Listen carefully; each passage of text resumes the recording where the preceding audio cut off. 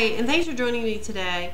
I'm going to show you how I created these cards in Cricut Craft Room, and I used the matte layers feature in Cricut Craft Room, and the way I utilized them is I created one layer for all of my printed images, the ones that I wanted just to print and not cut, and then my other layer is the one where I put all my images where I'm going to print and cut those images.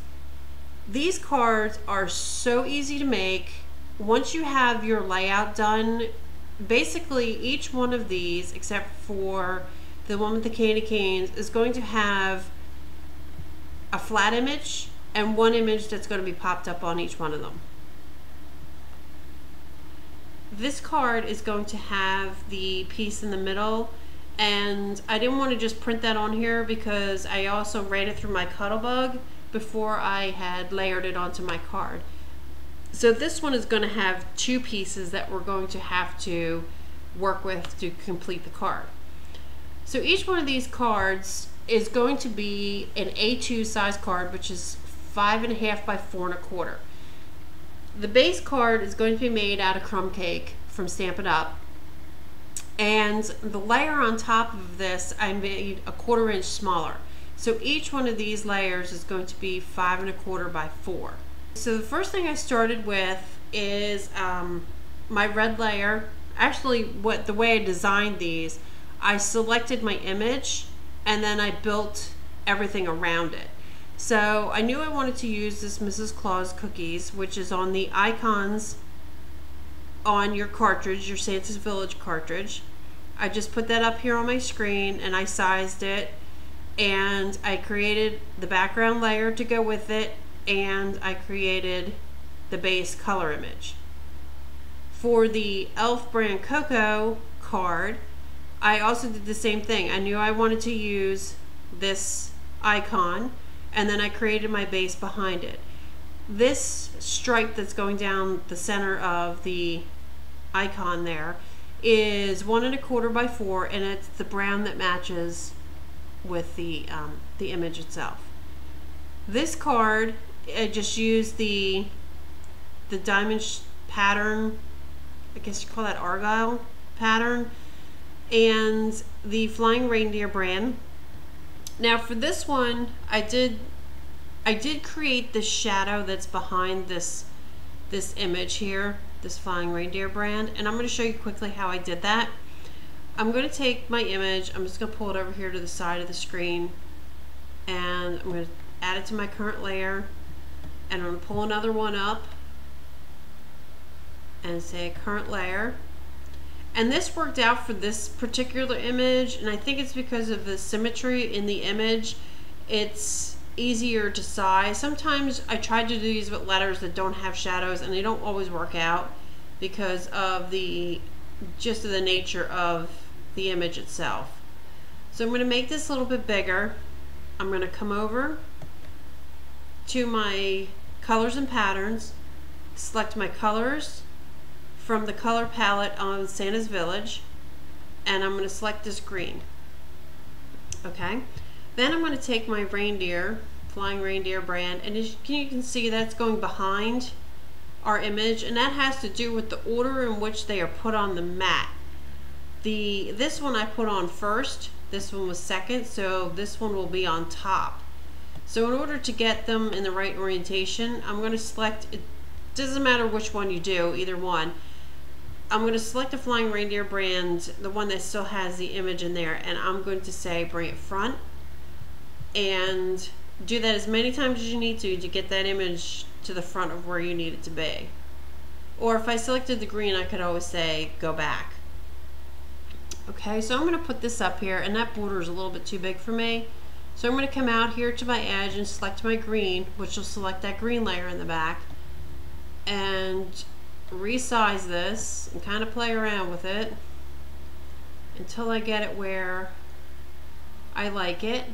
Now you may have to play side to side, top and bottom, till you get that to really where you are happy with the border that's around your entire image.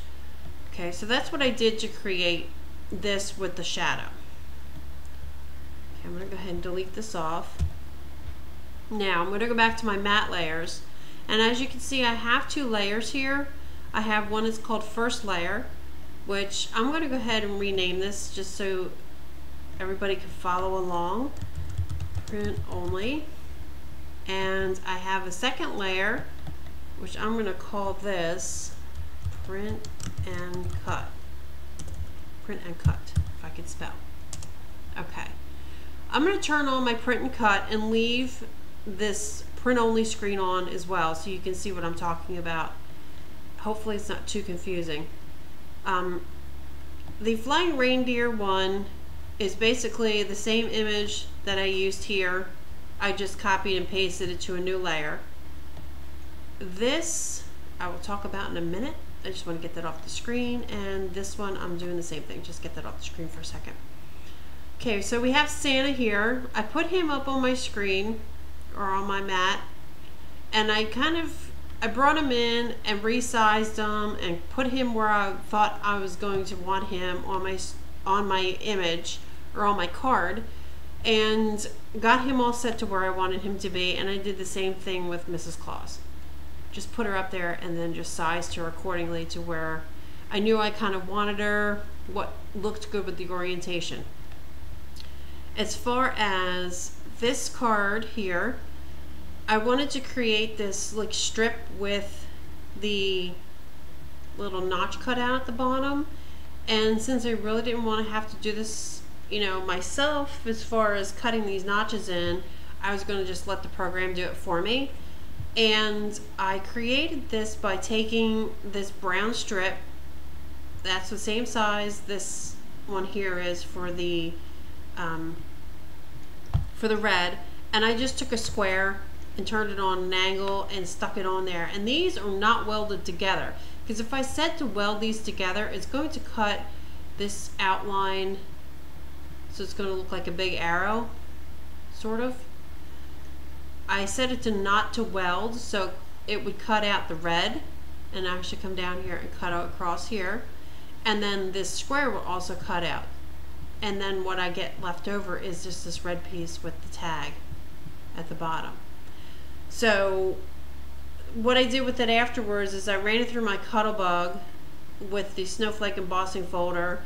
I took a little sandpaper to it and sanded off some of the high edges and also inked around it to give it that distressed look, and that went down on my card right in the middle. Used pop dots to put that on my layer.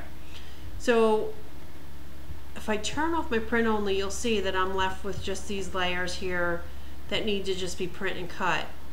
And you can rearrange these in a way where you're utilizing less paper, but I used them to both layers together to get my sizing and orientation to where I was happy with everything. And then, you know, it makes it simple. If you want to really crank out a lot of cards and you just want to use these, you know, you can do, if you need 12 cards, you print this out 3 times.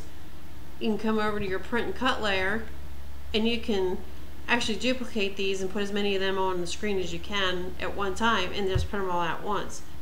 I hope that made sense for everybody, and if you have any questions, please let me know. Thanks.